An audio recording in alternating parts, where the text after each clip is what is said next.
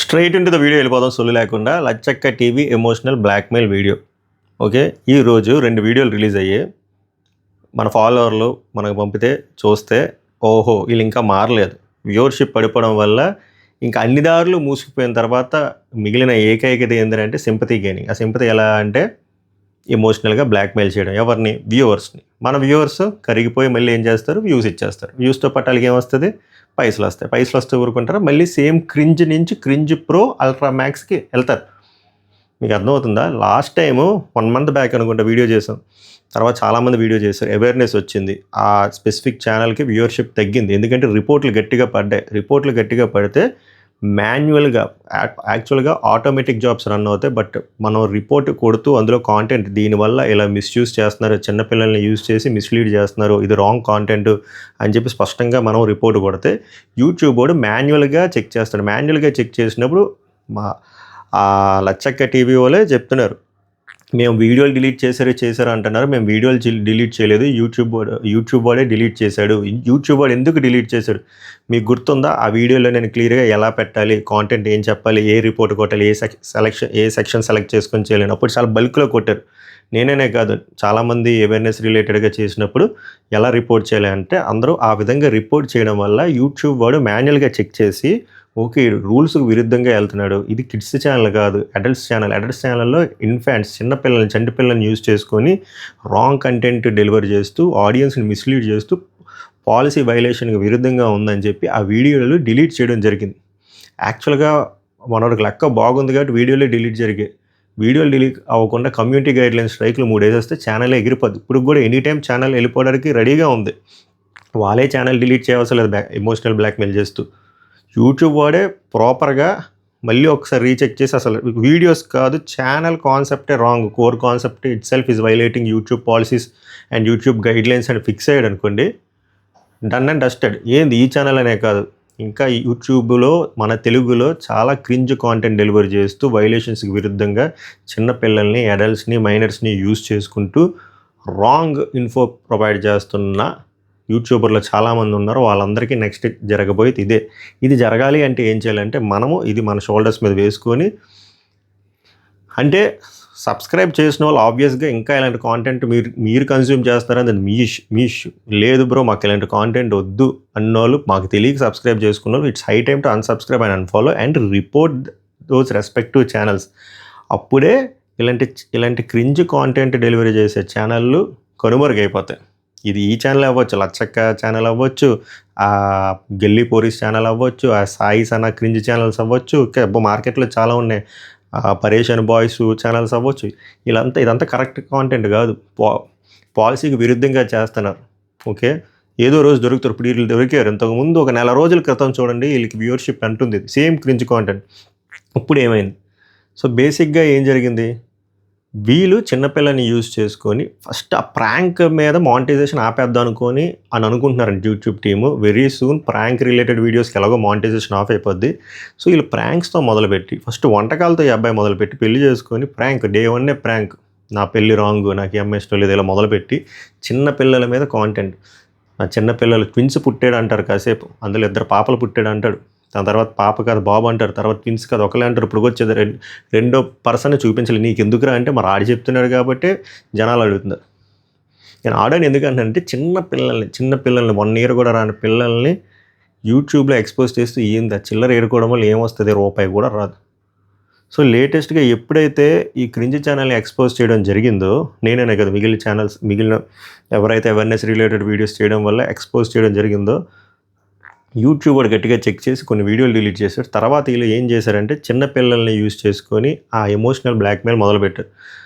మా చిన్నపిల్లలు మా ట్విన్స్కి ఎలా అయింది, మా ట్విన్స్కి సహాయం కావాలి, పేర్లు పెట్టండి మళ్ళీ చెప్పి ఒక పిల్లల్ని చూపిస్తారు, అది బాబు, ముందు పాప అన్నాడు ఇప్పుడు బాబు అంటున్నారు. అసలు ట్విన్స్ అంటారు, ట్విన్స్ కాదంటే అది కావాలని. ఆ కన్ఫ్యూజన్ ఏంటంటే కావాలని కన్ఫ్యూజన్ క్రియేట్ చేస్తే నెక్స్ట్ వీడియోస్కి రీచ్ ఎక్కువ వస్తుంది అని చెప్పి బాధలో ఎవడైనా ఉన్నోడు, పిల్లలు తప్పడిపోయినా, పిల్లలు బాగోపోయినా, పిల్లల హాస్పిటల్లో ఉన్న ఆ వీడియో చేసి దానికి రికార్డింగ్ సినిమా మ్యూజిక్ పెట్టి అప్లోడ్ చేస్తారు. కొంచెం మీరు సెన్స్ అప్లై చేయండి. ఎవరైనా సరే ఏదైనా కష్టాన్ని రికార్డ్ చేశారు అంటే నేను తప్పు పట్టను, కానీ కష్టాన్ని రికార్డ్ చేసినప్పుడు అది చాలా న్యాచురల్గా ఉండాలి తప్ప ఆర్టిఫిషియల్గా దాన్ని బూస్ట్ చేసుకుంటూ వెనక సినిమా బ్యాక్గ్రౌండ్ మ్యూజిక్లు యాడ్ చేస్తున్నారంటే వాళ్ళు ఫేక్గా కొడుకులండి. అలాంటి వాళ్ళు మీరు ఎంకరేజ్ చేస్తూ వాళ్ళ కష్టాన్ని మీ కష్టాన్ని భుజం మీద వేసుకుని మీరు స్ట్రెస్ తీసుకోవడం వల్ల మీకే టైం బొక్క, మీకు అది ఎమోషనల్ డ్యామేజ్. ఇప్పుడు వీడియోలో ఏమంటున్నాడంటే ఈరోజు video coming back to the actual point, viewership పడిపోయింది ఎందుకంటే ఛానల్ రిలేటెడ్ ఎక్స్పోజ్ అయిపోయింది కాబట్టి, చిన్నపిల్లలను కూడా వాడకం అయిపోయింది కాబట్టి ఇప్పుడు ఇదే నా లాస్ట్ వీడియో, నేను చచ్చిపోతా, ఇది మనోడు చేస్తుంది. ఆ ఎమోషనల్ బ్లాక్మెయిల్ చేసినందుకు అది అసలు ఫస్ట్ థింగ్ అది పాలసీకి విరుద్ధం, యూట్యూబ్ పాలసీకి.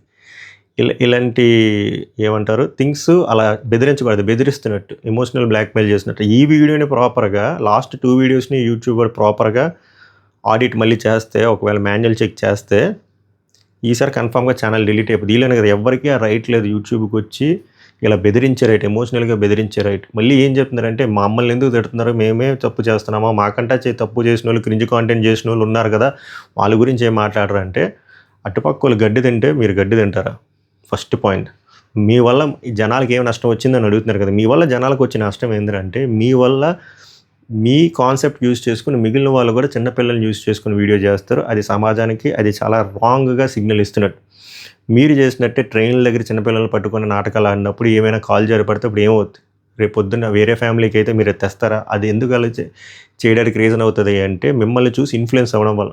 మిమ్మల్ని చూసి ఇన్ఫ్లుయెన్స్ అయ్యి ఇలాంటి యూస్ఫుల్ కాంటెంట్ అయితే వర్కౌట్ అవ్వదు, ఇలాంటి క్రింజ్ కాంటెంట్ చేద్దాం, ప్రాంకులు చేద్దాం, చిన్నపిల్లల్ని ఎక్స్పోజ్ చేస్తూ చిన్నపిల్లల్ని చూపిస్తూ వాళ్ళని కిడ్నాప్ చేసాం, వాళ్ళు కనబడట్లేదు, లేకపోతే గొడవాడేసుకుని ట్రైన్ ఎక్కడం, ఫ్లైట్ ఎక్కడం, బస్సు ఎక్కడం, ఇలాంటి వీడియోలు చేసినప్పుడు ఏదైనా అనుకోని సంఘటనలో ఏదైనా జరిగితే హూ ఇస్ రెస్పాన్సిబుల్ అంటే మీరు రెస్పాన్సిబుల్. ఎందుకంటే మీరు చేసిన కాంటెంట్ని ఇన్ఫ్లుయెన్స్ అయ్యి వాళ్ళు అలాంటి కాంటెంట్ చేస్తున్నారు కాబట్టి అందుకు మీరే రెస్పాన్సిబుల్. మీ వల్ల ఏం ప్రాబ్లం వచ్చిందంటే మీ వల్లే ప్రాబ్లం జరుగుతుంది కదా, మీరు ఇన్ఫ్లుయెన్స్ చేస్తున్నారు. అందుకే కదా సోషల్ మీడియా ఇన్ఫ్లుయెన్సర్స్ అంటారు. మీరు ఎందులో ఉన్నారు? సోషల్ మీడియాలో ఉన్నారు. సోషల్ మీడియాలో ఉండి మీరు పాజిటివ్గా ఇన్ఫ్లుయెన్స్ చేయకపోయినా పర్లేదు, కానీ ఎంత నెగిటివ్గా ఇన్ఫ్లుయెన్స్ చేయడం వల్ల ఇంత ఇంపాక్ట్ సమాజం మీద పడుతుంది. సో మేమేం చేసాం, మేము ఏమైనా చూడమన్నాం, మీరే చూడమన్నారు, మీరే అడుక్కున్నారు. ఫర్ ఎగ్జాంపుల్ మీరు అడుక్కోలేదు అనే భ్రమలో ఉన్నా కూడా, మీరు అడుక్కోపోయినా మీరు సోషల్ మీడియాలో ఒక పబ్లిక్ మోడ్లో వీడియో పెట్టినప్పుడు అది ఇన్ఫ్లుయెన్స్ అవుతారు. సో మీరు చేసే కాంటెంట్కి రెస్పాన్సిబిలిటీ మీదే.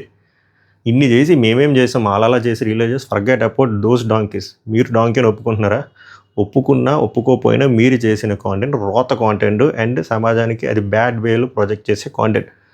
సో ఫస్ట్ అది రిలీజ్ అవ్వాలి. నెక్స్ట్ చిన్నపిల్లల మీద చిల్లర ఏరుకోవడం తప్పు, మీ చిన్నపిల్లల మీద అలాంటి కాంటెంట్ చేయడం తప్పు. అది యూట్యూబ్లో కూడా అడల్ట్ రిలేటెడ్ వీడియోస్లో చిన్నపిల్లల్ని యూజ్ చేయడం ఇంకా రాంగ్. ఇన్ని తప్పులు చేసి మళ్ళీ మీరు ఎమోషనల్గా బ్లాక్మెయిల్ చేసి నేను చచ్చిపోతా అంటే ఎలా అంటే, నేను చచ్చిపోతా వ్యూస్ ఇవ్వండి అన్నట్టు. ఫస్ట్ థింగ్ వాళ్ళు వ్యూస్ ఇచ్చినా ఇవ్వకపోయినా యూట్యూబ్ వాడు మీరు లాస్ట్ 2 వీడియోస్ ప్రాపర్గా మళ్ళీ ఆడిట్ చేస్తే మీ ఛానల్ ఎగిరిపోద్ది.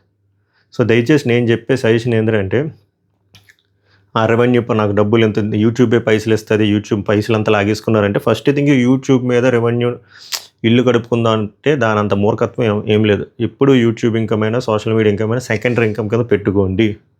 దాన్ని మీరు ప్రైమరీ ఇన్కమ్ కింద మీరు డ్రైవ్ చేద్దాం అనుకుంటే మీ అంత ఇన్నోసెంట్ అండ్ బుద్ధి తక్కువలు ఎవరు ఉండరు. ఓకే, సో యూట్యూబ్ మీద అస్సలు ఎక్స్పెక్టేషన్ పెట్టుకోవద్దు. యూట్యూబ్ అంత వల్నరబుల్ది ఏమీ ఉండదు.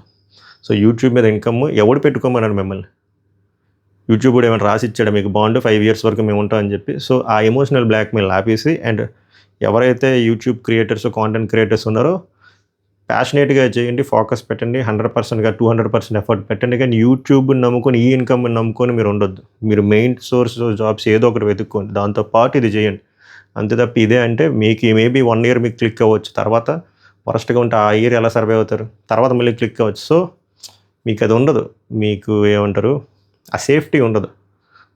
సో ఎస్పెషల్లీ క్రింజ్ కాంటెంట్ చేసే వాళ్ళకి ఫస్ట్ బాగానే వస్తుంది, దాని తర్వాత రాదు. సో అందుకే యూట్యూబ్ కానీ సోషల్ మీడియా ప్లాట్ఫామ్స్ కానీ మెయిన్ సోర్స్ కింద మీరు భావిస్తూ ముందుకెళ్తే మీ అంత ఇన్నోసెంట్ పీపుల్ ఎవరు లేరు. సో దయచేసి అది బ్యాక్ ఆఫ్ ద మైండ్ పెట్టుకొని, especially the latest Gen Z creators who are in the social media platforms. So that's it from my side. మీరు ఇలాంటి ఎమోషనల్ బ్లాక్మెయిల్ వీడియోలు చూసి కరిగిపోయి మళ్ళీ వాళ్ళకి వ్యూవర్షిప్ ఇవ్వద్దు. దయచేసి అలాంటి వీడియోస్ మీ దగ్గరికి వస్తే రిపోర్ట్ చేసి ప్రాపర్గా కాంటెంట్ రాసి సబ్మిట్ చేయండి. YouTube will take care. ఎవరైతే ఇలాంటి క్రింజ్ కాంటెంట్ చేస్తారో దయచేసి ఇలాంటి ఆపేసి, ఇప్పుడు వరకైనా ఆపేసి ఏదైనా పనికొచ్చింది చేయండి, లేదా యూట్యూబ్ కానీ సోషల్ మీడియా కానీ వదిలేయండి. అంతే తప్ప దీని మీద వెళ్తాను అంటే అవ్వదు. డౌన్ ద లైన్ మారుతుంది, జనాలు కూడా మెచ్యూర్ అవుతున్నారు, యూట్యూబ్లో చూసే వ్యూవర్స్ కూడా మెచ్యూర్ అవుతున్నారు, వాళ్ళకి కూడా మెచ్యూరిటీ వస్తుంది. సో దెబ్బతో ఇంతకుముందు అయ్యింది, కోవిడ్ టైంలో అయ్యింది, ఇప్పుడు ఏంటంటే ఓకే, ఇప్పుడు ఇలాంటి ప్రాంక్లు చిన్న పిల్లల మీద వీడియోలు ఈ చెత్త చదవడం అవ్వదు. సో కైండ్లీ మీరు కూడా అప్స్కిల్ అవ్వండి, మంచి కాంటెంట్ చేయండి, లేదా దొబ్బేయండి. అది మీకేమనిపిస్తుందో మీ విలువైన ఒపీనియన్ కామెంట్ చేయండి. ఈ వీడియో ఎక్కువ మందికి రీచ్ అవ్వాలంటే ముందే చెప్పలే ఫ్లోలో లైక్ చేయండి, కుదిరితే హైప్ ఆప్షన్ అంటే హైప్స్ ఇవ్వండి, సో దట్ ఎక్కువ మందికి వైడర్ ఆడియన్స్కి రీచ్ అవుతుంది, సో దట్ జనాలకి ఆ అవగాహన వస్తుంది. కాంటెంట్ కానీ ఇప్పటి వరకు చివరి వరకు చూసిన తర్వాత మీకు వర్త్రా అనిపిస్తే అప్పుడు సబ్స్క్రైబ్ చేయండి, లేదా సబ్స్క్రైబ్ చేయొద్దు. మీకు ఎప్పుడు వర్త్ అనిపిస్తే అప్పుడే సబ్స్క్రైబ్ చేయండి. మళ్ళీ నెక్స్ట్ వీడియోలో కలుద్దాం. సభకు నమస్కారం, ధన్యవాదాలు.